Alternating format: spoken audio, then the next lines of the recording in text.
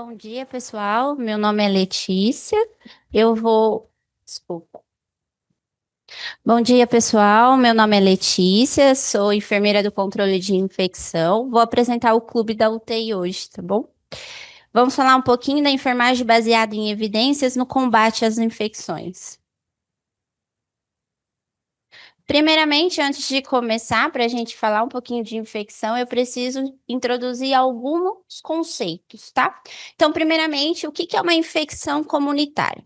A infecção comunitária é aquela que o paciente adquiriu lá fora, lá na comunidade. Então, ele já chega com alguns sintomas. Ou dentro de 48 horas, ele acaba desenvolvendo aqui dentro da nossa unidade. Então, a gente considera que ele já veio com essa infecção.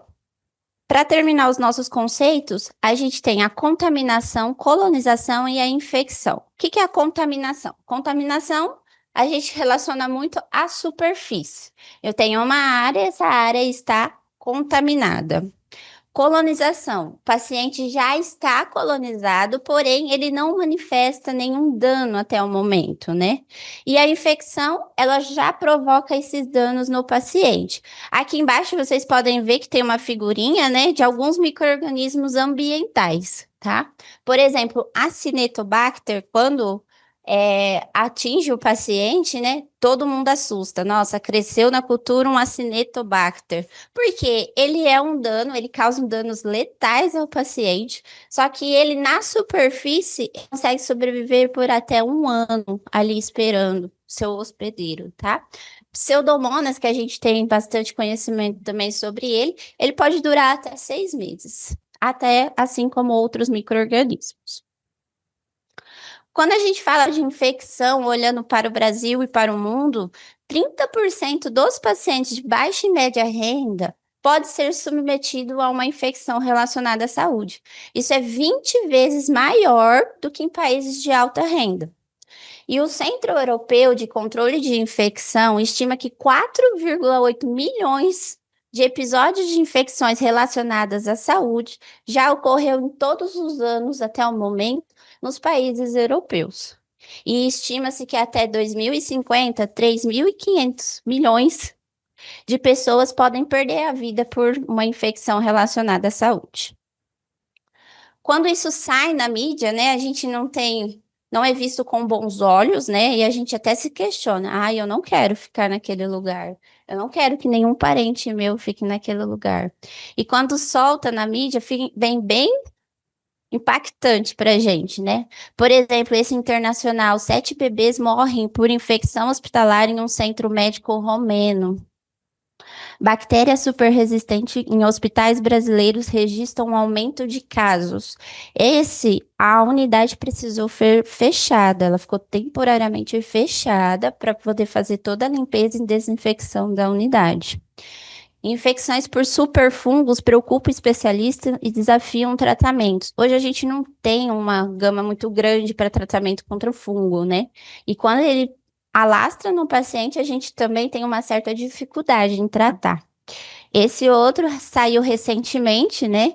E a frase que mais impactou, que foi o que deu um destaque, foi: Eu e meu marido ficamos sem chão. A gente não esperava isso. Ela podia ter tido um atendimento melhor. Eles tiraram a chance da minha filha, aonde Celina, de 5 anos, morreu esperando socorro porque a infecção ainda mata no Brasil. Essa menina entrou na instituição e em menos de 7 dias teve uma infecção de corrente sanguínea. Além de tudo, a infecção ela causa grandes impactos na área hospitalar. Além dela ser um marco importante para morbilidade e mortalidade por sepse, ela aumenta o tempo de hospitalização. Isso faz com que a gente trave os nossos leitos, né? E aumenta o uso de antimicrobianos e os procedimentos invasivos eles tendem a aumentar também. Além disso, ele compromete a reabilitação desse paciente, se ele consegue sair dessa infecção. E além dos gastos extras. Nós da CCIH, a gente tem um time de médicos, enfermeiros e farmacêutico, onde a gente é um grupo dividido em algumas áreas, e o enfermeiro da CCIH, ele tem como papel identificar, investigar e registrar os casos suspeitos de infecções. Quando a gente tem aquele caso suspeito, a gente traz até a unidade, é discutido em conjunto para verificar qual é o ponto e aquela oportunidade de melhoria, tá? Nós também monitoramos as taxas de infecções, a taxa de utilização do dispositivo e a pressão de colonização dentro das unidades. Nós realizamos treinamentos, nossos treinamentos, eles multiprofissional. Também promovemos campanhas educativas. O nosso maior marco é a questão da higiene de mãos, né? Aí todo mundo olha e fala, a CCH vai falar de higiene de mãos. Sim, nós vamos falar de higiene de mãos. Por quê? Qual é a nossa maior ferramenta de trabalho? As mãos. Então, é com elas que a gente precisa estar se preocupando, tá bom? Além disso, a gente realiza muitas auditorias, né? Além da auditoria feita no cuidado dentro das unidades críticas e semicríticas, avaliamos também a parte estrutural dessa unidade, contribuímos com os produtos hospitalares para a adesão deles, a validação também. E recentemente, aqui a gente está testando um antisséptico cirúrgico das mãos. E também nós somos um integrante da Comissão de Controle de Infecção Hospitalar. Além da gente discutir casos, também a gente ajuda a conduzir os surtos em todas as unidades. E a gente tem uma parcela na redução da taxa de infecção relacionada à saúde, além de visar pela melhoria de segurança do paciente e a qualidade assistencial. Agora vamos falar um pouquinho dos princípios da prevenção e controle de infecção. Para isso, eu preciso falar para vocês um pouquinho da cadeia epidemiológica, né? Então, o que é isso? Nós temos um agente infeccioso, uma bactéria, um fungo, um vírus, protozoário, um prions, um esporos, né? E ele tem uma fonte. Pode ser uma pessoa, uma água, um alimento, um medicamento, uma superfície. E aí ele tem uma porta de saída. Então, seja uma secreção, uma gotícula, ou algum outro tipo de fluido.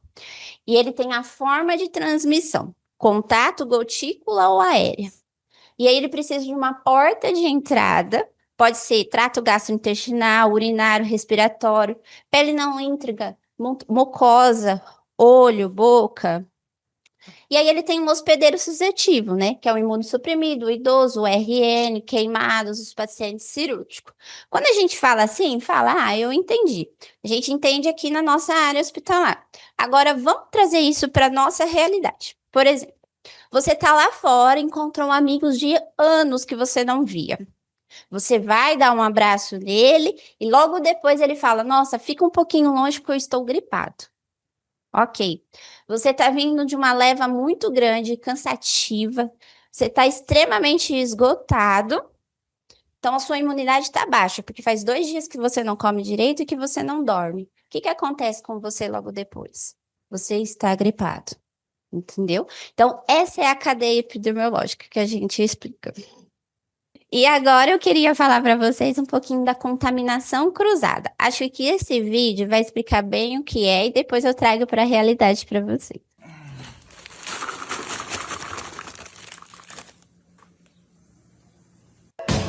Wouldn't it be nice if we were older than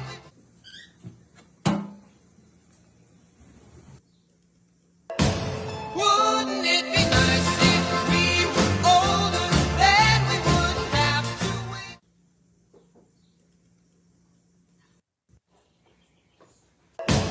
Wouldn't it be nice if we were older than we would have to wait?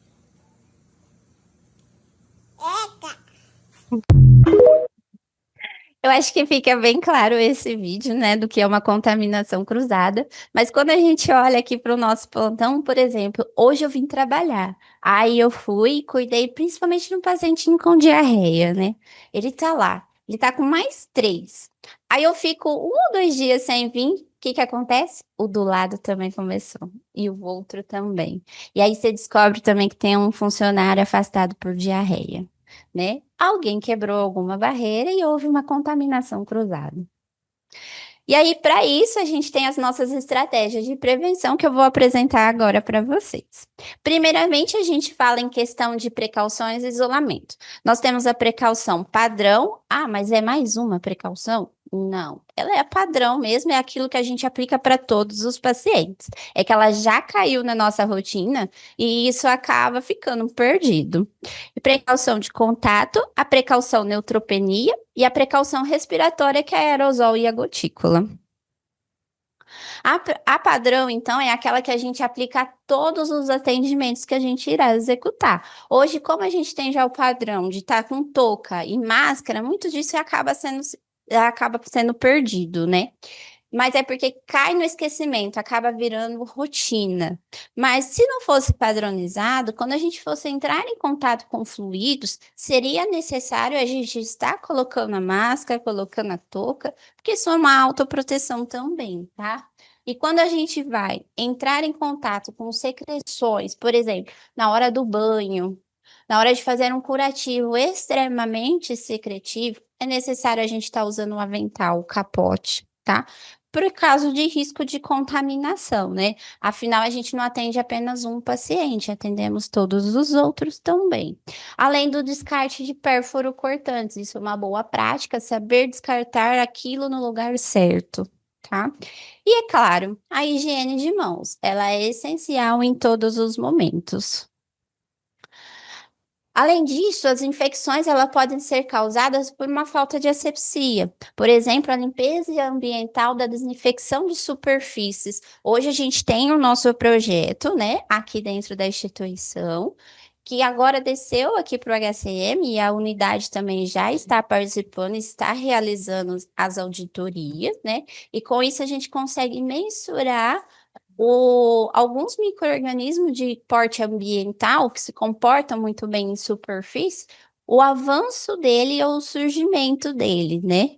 Do tempo que eu estou aqui, da gente começar o projeto, a gente tinha bastante. A gente costumava falar, coletou um aspirado, vai crescer pseudomonas. A gente sempre falava isso, pode ter certeza que vai crescer pseudomonas. E crescia. Então, era algo que já estava ficando enraizado dentro da instituição. Depois que a gente começou esse projeto, a gente tem um mês apenas, é muito cedo para falar, mas eu já estou acompanhando o dado, e nesse um mês a gente teve apenas um crescimento de pseudomonas, que é nosso, que é no ambiente hospitalar.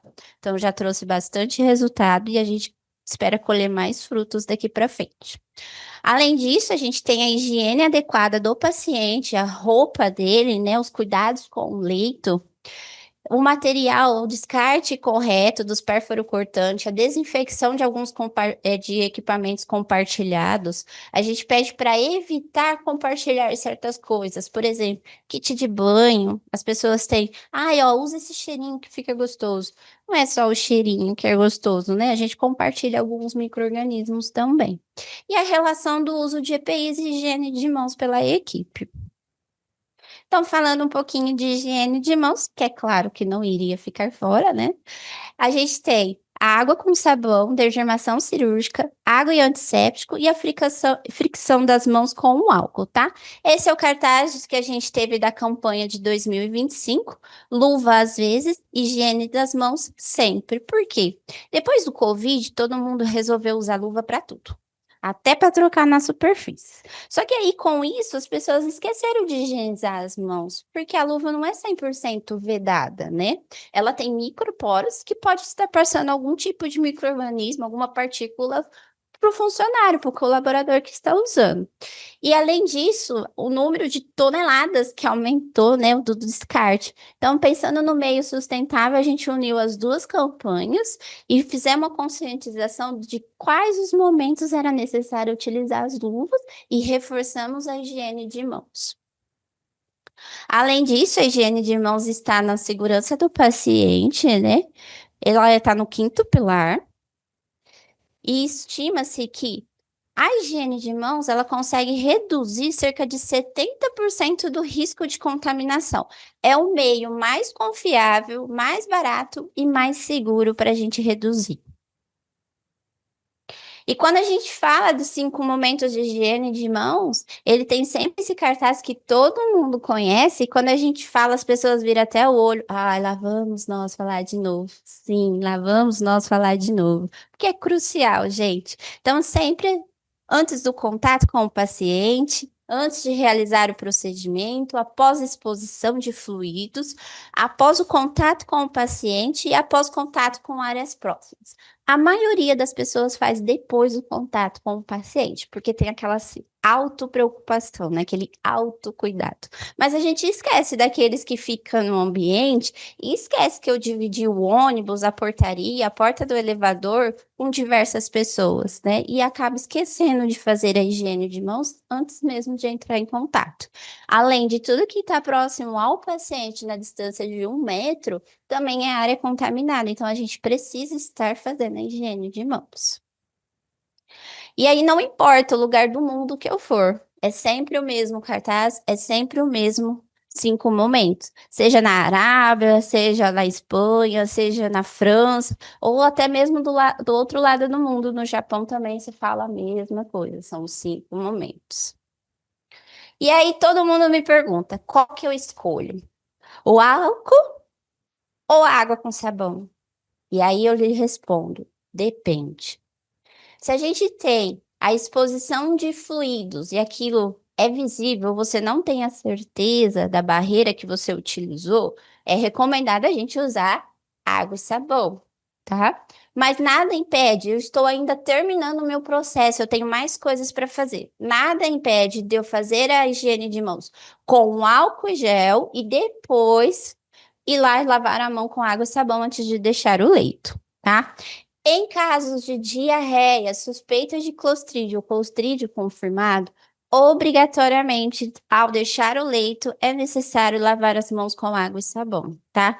Por quê? Esses pacientinhos que estão com diarreia ou suspeita de clostrídeo, eles formam esporos. E os esporos, o álcool em gel, eles têm uma parcela que consegue sobreviver. Por isso que a gente orienta a água e o sabão. E aqui a gente tem alguns cartazes, né? Como lavar as mãos com água e sabão. E também com a solução alcoólica. Ela está disponível em todos os pontos, né? Acredito que a maioria já tenha observado isso. E quando não observa, a TCH sempre aponta, né? E aqui eu trouxe um pouquinho da campanha que nós fizemos. Lava agora, lava sua mão. Lava hoje, lava sempre, lave a sua mão. Lava agora, lava sua mão. Lava hoje, lava sempre, lava sua mão. Depois de tocar em superfície doente, antes de procedimentos, tenha sempre em sua mente. Lava agora, lava sua mão. Lava sempre, lava hoje, sempre a sua mão. Lava agora, lava sua mão. Lava hoje, lava sempre, lave a sua mão. Lava agora, lava sua mão. Lava hoje, lava sempre, lava a sua. Pra segurança do paciente, não marque bobeira. Paciente, acompanhante e você também coopera. Lava agora, lava sempre a mão. Lava hoje, sempre a sua mão. Lava agora, lava sua mão. Lava hoje, lava sempre, lave a sua mão. Lava agora, lava sua mão. Lava hoje, lava sempre, lava a sua mão. São 5 momentos de prevenção na assistência. Vamos em conjunto buscar essa excelência.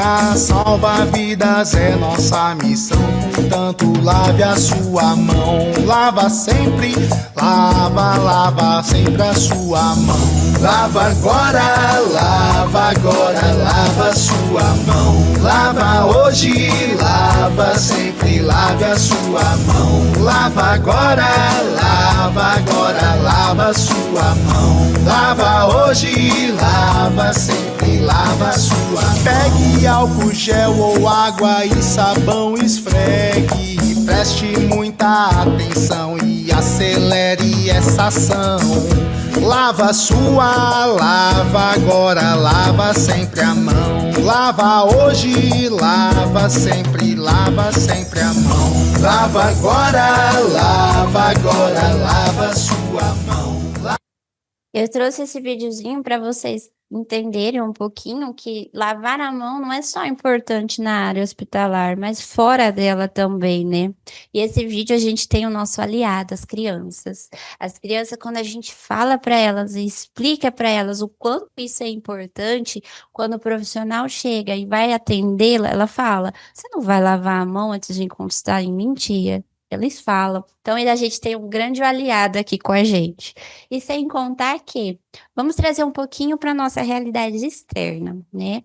A Organização Mundial de Saúde alega que 30% dos brasileiros, não estou falando de profissionais de saúde, tá? Higienizam suas mãos. Ou seja, é muito pouco. Aí você fala, nossa, mas só isso? Tem certeza?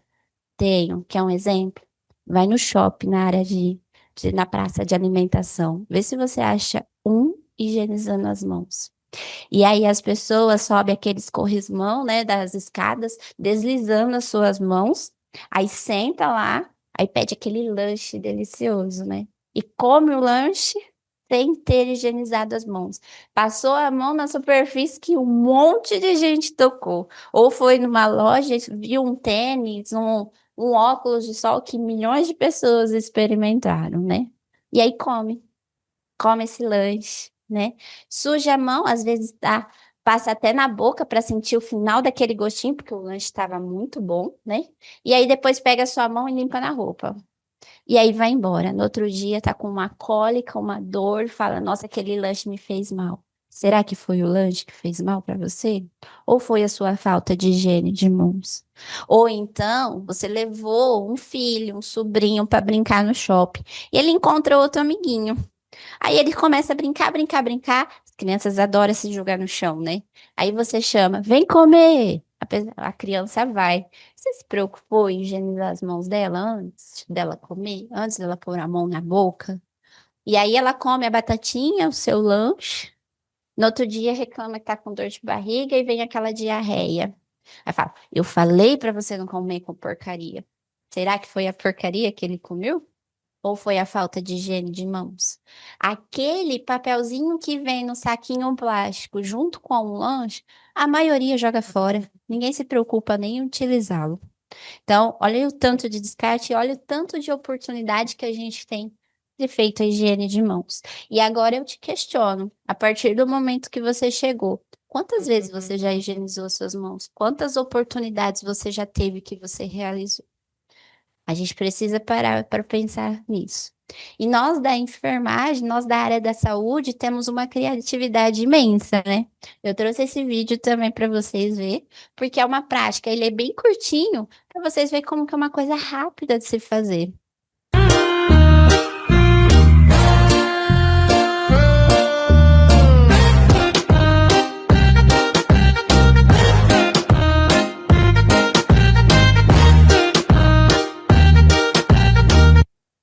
Bem rápido, né?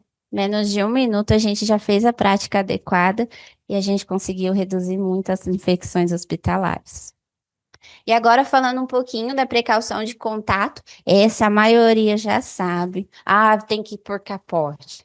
Sim, tem que pôr capote. Mas não é só isso, né? A gente precisa sempre estar higienizando as mãos antes de começar todo esse processo, né? Calçar o capote, calçar a luva, realizar o meu atendimento e posteriormente é onde ocorre a maior contaminação, é na desparamentação. Todo mundo sabe paramentar, todo mundo coloca o capote, todo mundo coloca a luva, né?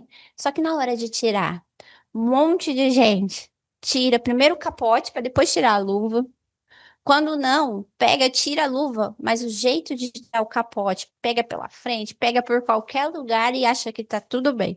Mas não é bem assim. O capote, ele tá para nos proteger. É uma área que se tornou contaminada. Se eu pegar ela de qualquer jeito, infelizmente não adiantou nada você colocar o seu capote, tá?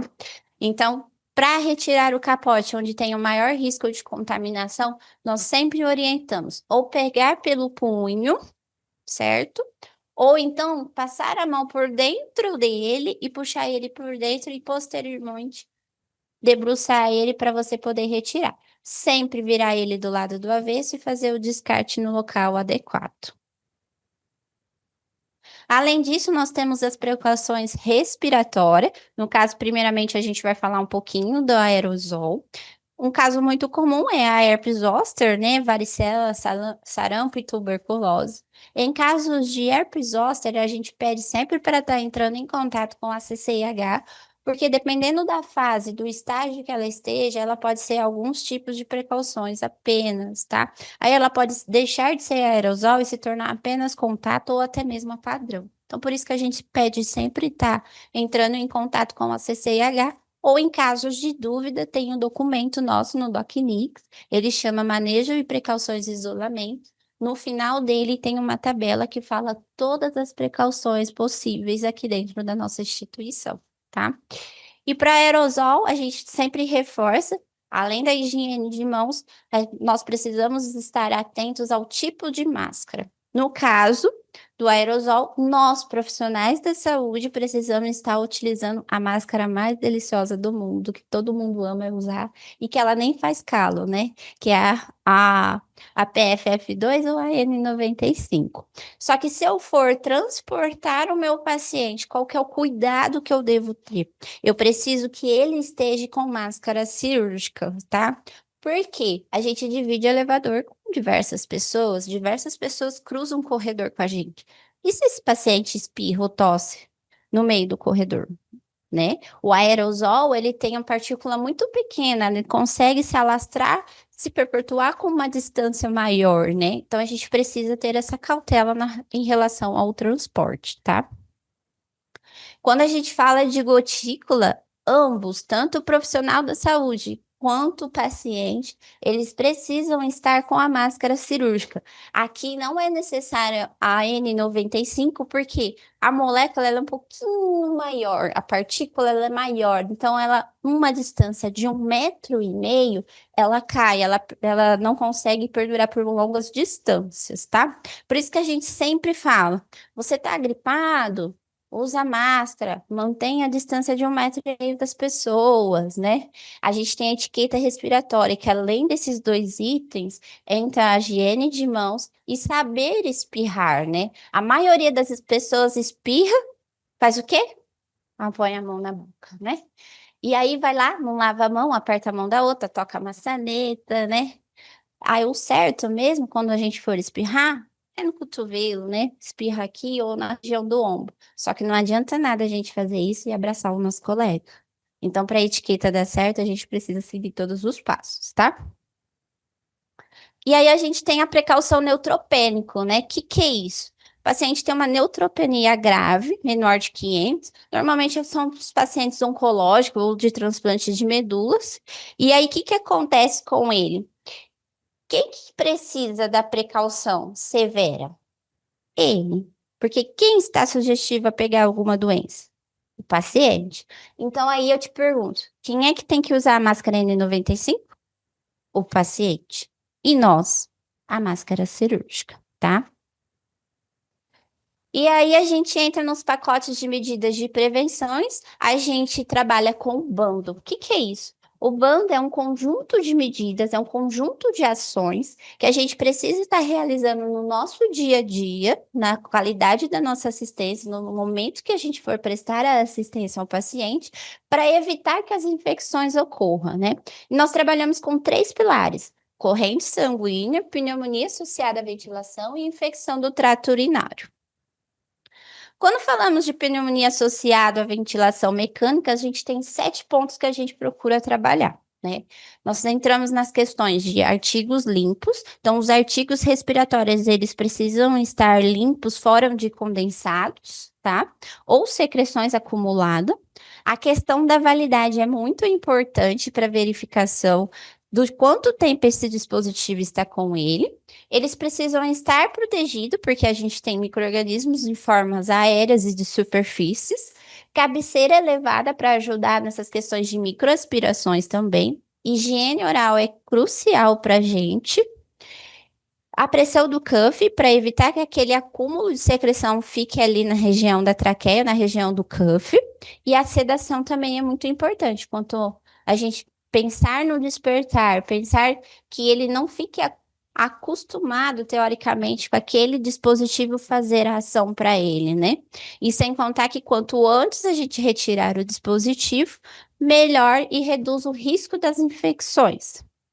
Aqui, a gente já fez algumas ações em relação à validade e formação de condensado dos filtros. A gente observou que estava tendo muita formação de condensado e ele estava ficando saturado. E quando a gente foi verificar, o tempo, a validade que estava sendo preconizado estava errada. Estava contra o que era recomendado pelo próprio fabricante. Então, a gente alterou conforme a orientação dele e a gente já viu uma melhora. Posicionamento melhor desse sistema, a gente não pode deixar o sistema encostado em qualquer lugar. Retirada de dispositivo precoce, hoje fazem visita para retirada desse dispositivo, o que tem dado resultados bem positivos.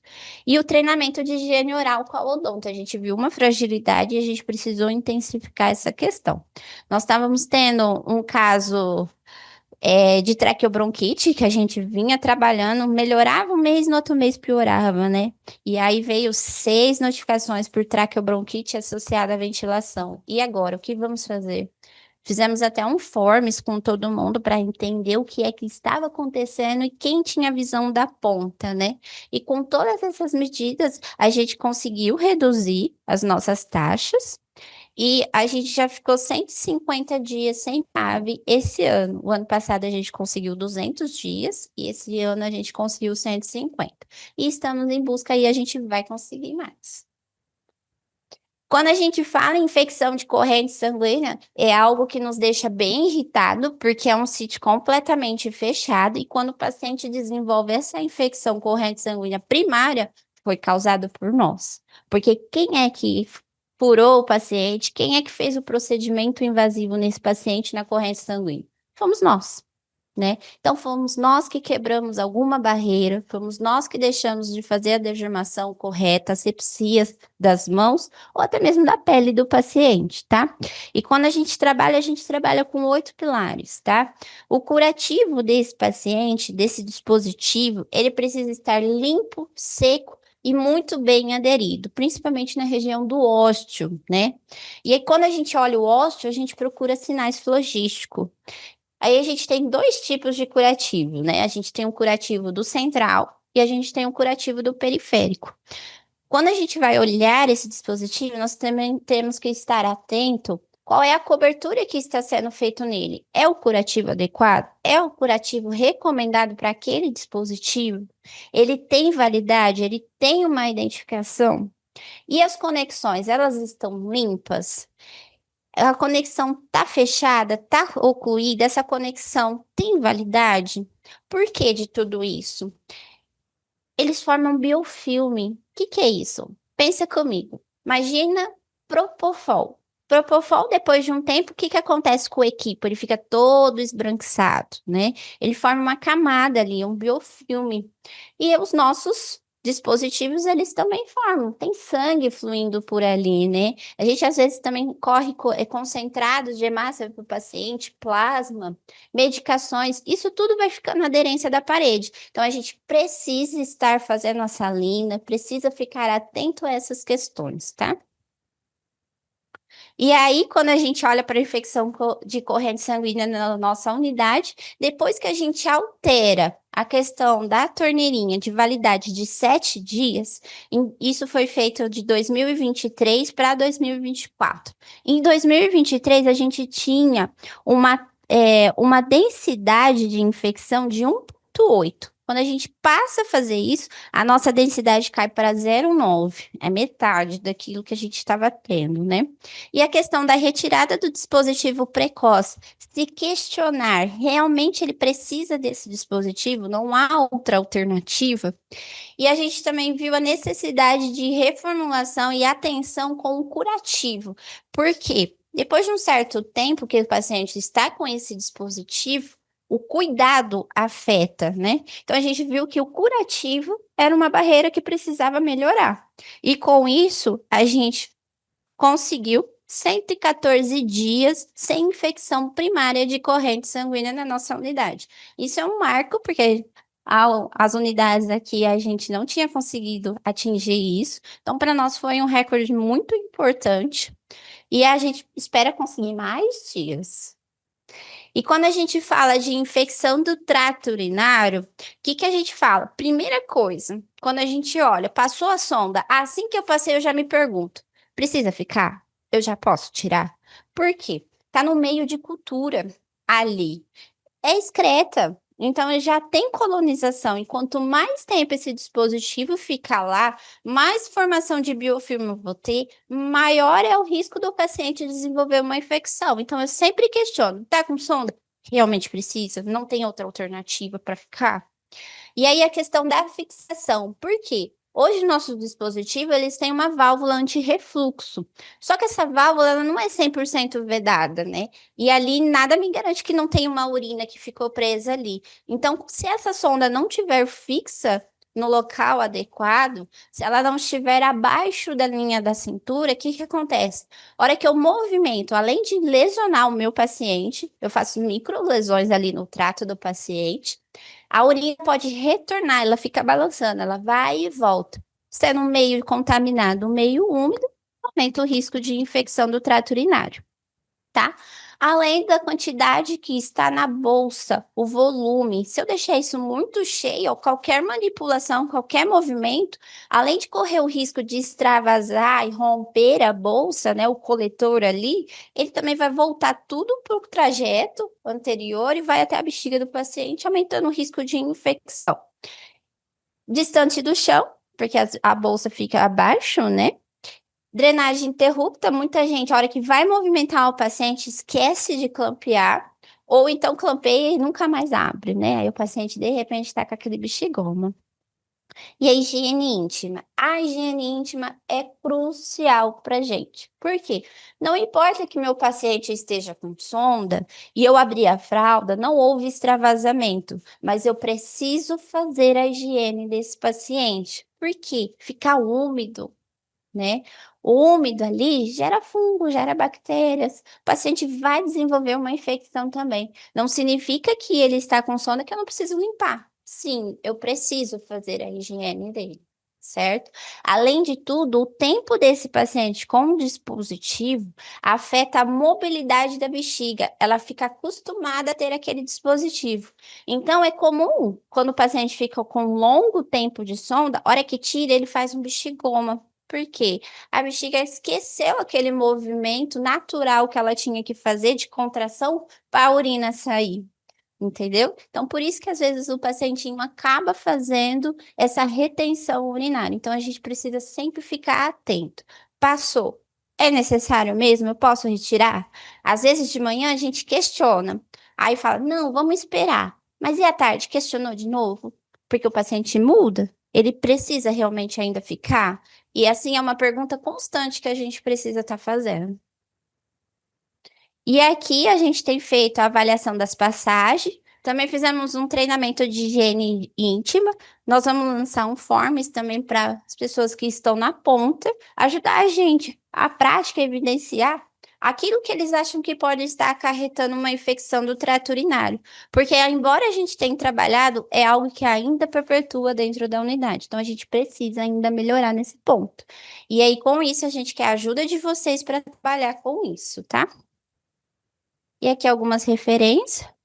Agradeço o convite e abro agora para perguntas.